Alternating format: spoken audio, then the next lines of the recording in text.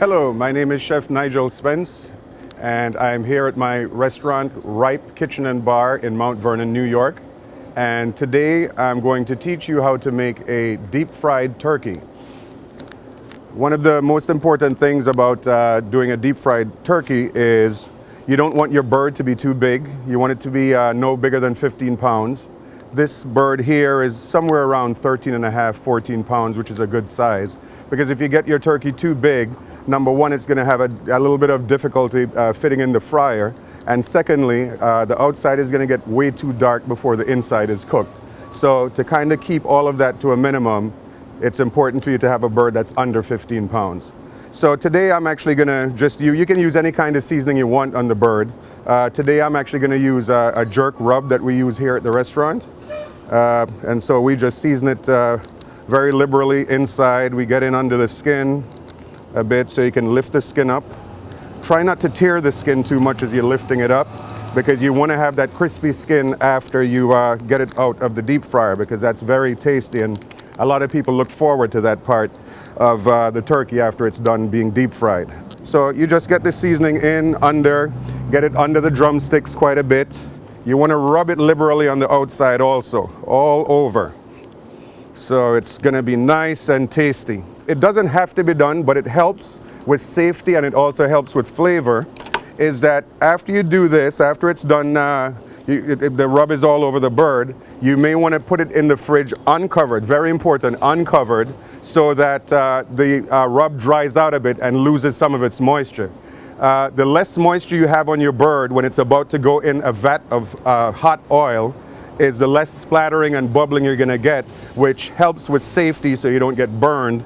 And also just the splattering all over the place, it's not nice. And the crisper the skin is without bubbles on the skin also with the finished product. This is a bird that has been sitting in the fridge all night uncovered. So as you can see, the bird is quite dry on the outside. And so now I'm just going to set it up to get it going in the oil. What I do like to do with my wings is kind of bend it behind here so the wings don't burn out completely. It still has a little bit of moisture in it when it comes out. And now I have my little contraption over here that we're going to set the bird down on. This is going to make it a lot easier to maneuver in the deep fryer. I pull the legs behind, and then there's a little hook that we're now going to use to drop this down in the deep fryer. But before I do that, I'm going to take my gloves off and get some more heavy-duty gloves, just in case there's any splattering going on when I get to the vat of oil. So here I have a huge 35-pound container of oil, which is just about enough for most fryers. That's what I put in mine, the entire amount. Some use a little bit less. I have my handy-dandy thermometer right here. It's a deep fryer thermometer that goes right up to 400 degrees. You want this oil to be somewhere around 375, because remember, your bird is cold coming out of the fridge. So once you immerse it in the hot oil, the temperature is going to drop quite a bit, and you really want this bird to cook somewhere around 340 to 355 degrees.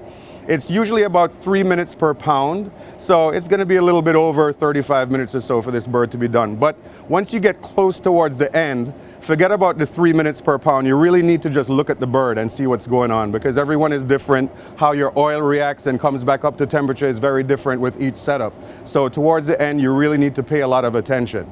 Another good thing to have here is this handy dandy fire extinguisher right here. Very important, because it's a very dangerous job if you don't know what you're doing. So for the first timers or second timers, important to keep one of these around, because a fire can blaze up at any time.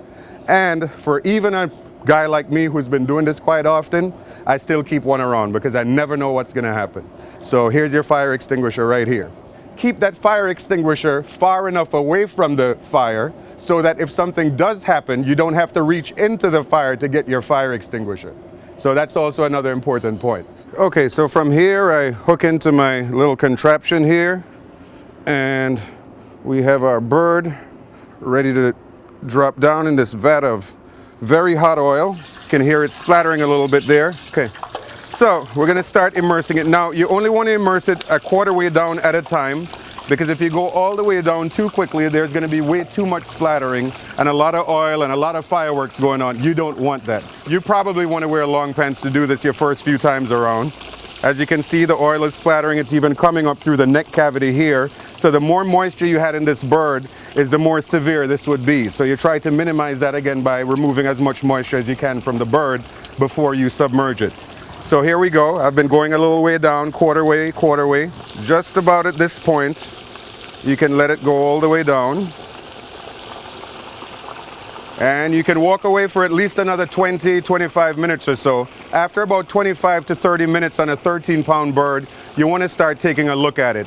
One other thing is, if the seasoning that you're using in your bird includes sugar, your bird is going to get a lot browner than a bird that does not have sugar, because the sugar caramelizes inside of the fat. So if you don't want a super dark bird, you may want to not have sugar in your marinade or your rub. Okay, so the beauty of this contraption here is that you really have no danger of getting burned when you're removing the turkey from the vat of oil, because here's our hook. That's going to go right here and hook right in and pull it right out without too much danger. And as you can see, because the skin was dried, it's a very nice crisp on the outside. Look at that, very nice crisp on the outside here. This bird is going to be super juicy on the inside. Try to let it drain a bit. There's a little bit of oil still left to come out of the cavity. Try to let it drain a bit. There's a little bit of oil still left to come out of the cavity. Then we can follow through right on to our sheet pan. So our turkey has arrived safely. So what you want to do at this point is just step away from the bird for about 5 or 10 minutes to allow it to cool for just a little while. I know you're very excited about tasting this bird, but if you don't want to get burned, you do want to leave it sitting for about 5 or 10 minutes before you attempt to handle it, because it is very, very hot. So we have let the bird cool for about 5 or 10 minutes just so that we can handle it better. So we're going to remove it here from the little contraption we have here. Now this bird stayed in, this was about a 13 and a half pound bird. It actually stayed in for 42 minutes. As I said, all depending on your setup will kind of change the time towards the end. Yours may go a little bit longer, a little bit shorter, depending on how thick your vat is, the thickness of the metal, so it holds the heat better. Also, just the kind of turkey that you have, if it's brined, not brined, all of those things play a role. But this is it. This is our wonderful deep fried jerk turkey here. This is all set for your holiday table, or pretty much for any time of the year if you love turkey as much as I do deep fried. And here we go. Oh man, I can smell this. So this is our deep fried jerk turkey, done right here in the backyard of Ripe Kitchen and Bar in Mount Vernon, New York. And my name is Nigel Spence.